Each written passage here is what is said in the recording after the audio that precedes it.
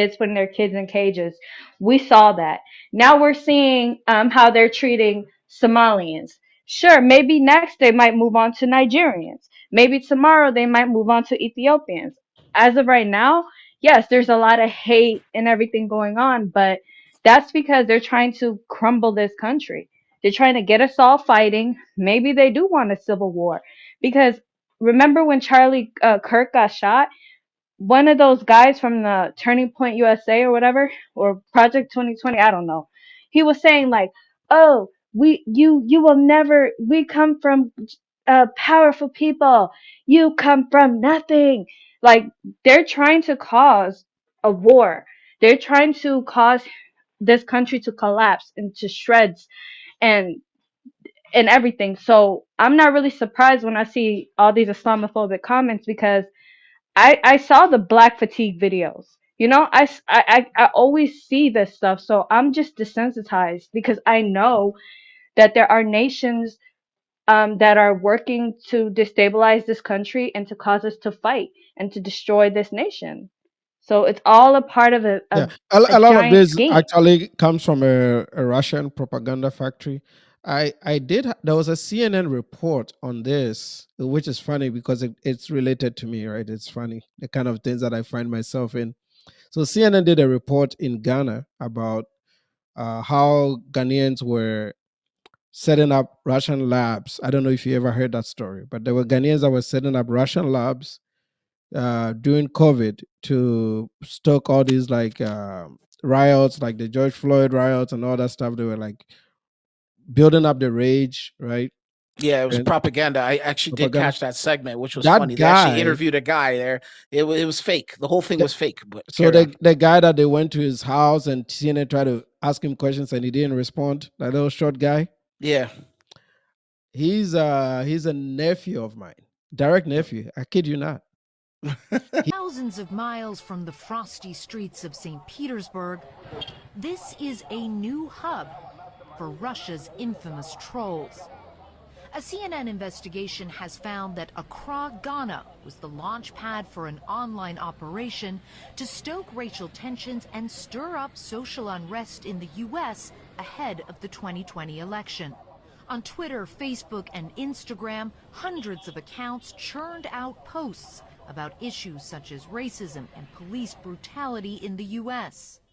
For months now, we've been investigating this network of trolls targeting African Americans, and now we've actually come here to Ghana to try to get the full story.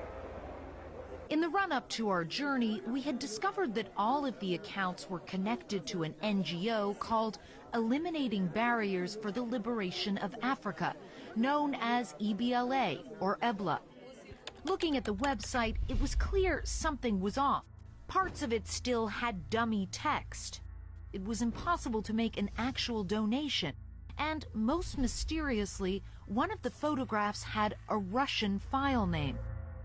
Though the group claimed to be focused on issues like poverty in Ghana, its employees posted almost exclusively about the U.S.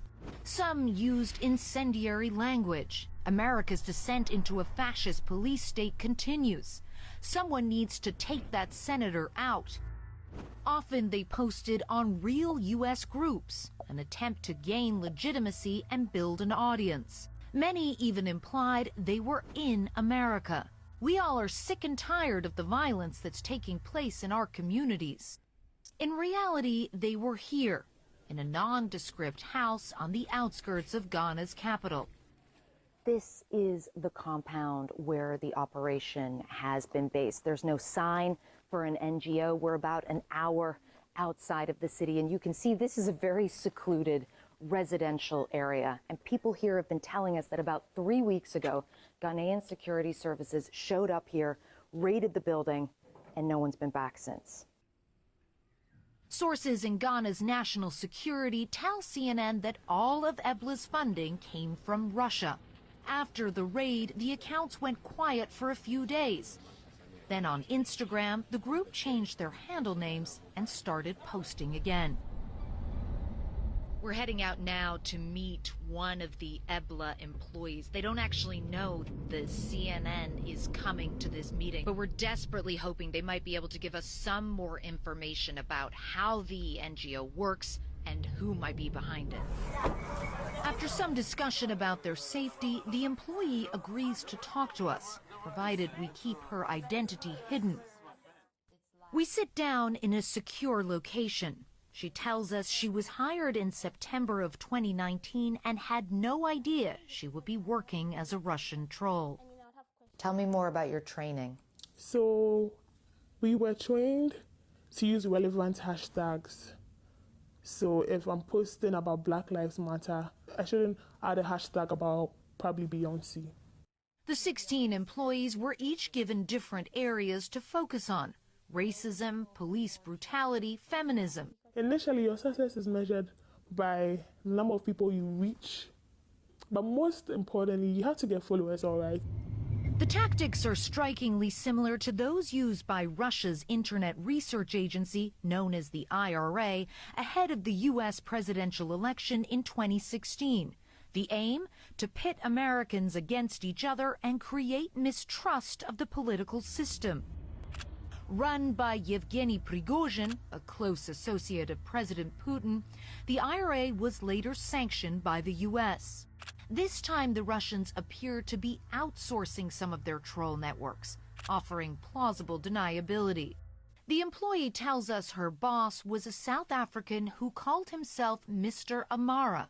He said he was a passionate person about helping people. Did you know if Mr. Amara spoke any languages other than English? According to what I heard, he spoke Russian. But Mr. Amara is not South African. In fact, he is not Mr. Amara at all. CNN has learned his real name is Seth Weredu, and he is Ghanaian. Weredu has worked and studied in Russia for many years.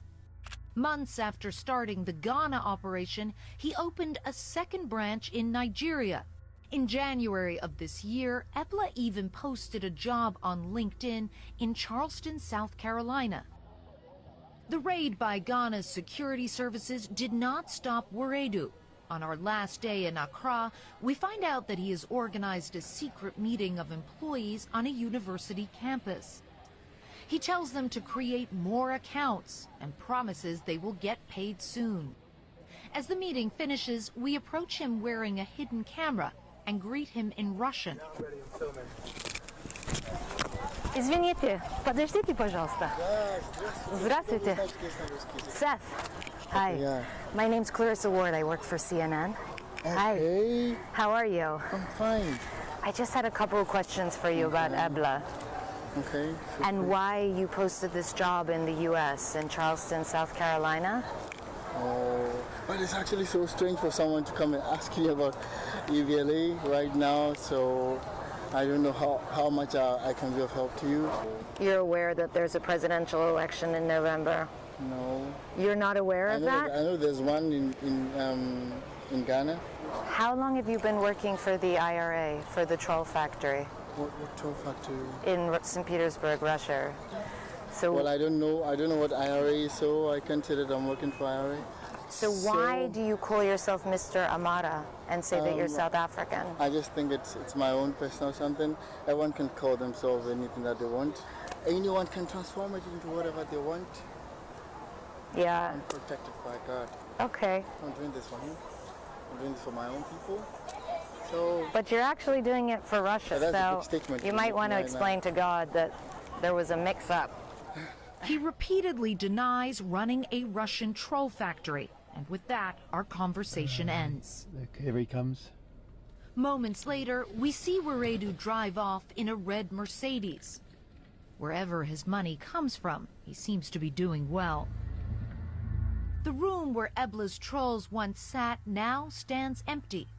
But similar operations out there may be ramping up as efforts to influence the 2020 election continue. Clarissa Ward, CNN, Accra, Ghana. He went to Russia because I went to Russia. Like his Yeah. mom found out about the Russian scholarship when I was almost leaving Russia. That's when he came to Russia. Yeah. So that's how much. And I didn't, at the time, I hadn't seen him in over 20 years, so I couldn't recognize him. And then my mom was home when we were watching that video, and the mom's like, "This is that guy." And I was like, "Really? Is that him?" And then I was like, "Oh, I see why he left Ghana, because he fled Ghana immediately after that. He went back to Russia. And he still works for the Russians, actually, right? He works in Russian intelligence or some crap, some stuff like that. But that stuff was related to me. Anyway, back to him is that the same like FBA stuff, blacks, Africans, African Americans, the internet, all the internet stuff. It helps the CCP, like the Chinese Communist government and the Russians. They want this stuff though. Like this is distraction from within, right? And it's very easy. Just pick two sides that don't like each other and just inflame it. And that's what you are seeing today. So they might move on to something else. Yeah, I've been saying for decades, like when the conversation would come up and people from other countries would ask me, "Do you ever think America's going to be destroyed by a foreign power?" And I said, if there's one country that could do it, but I don't think it's going to be possible, it's going to be Russia. But they'll wait until we destroy ourselves first.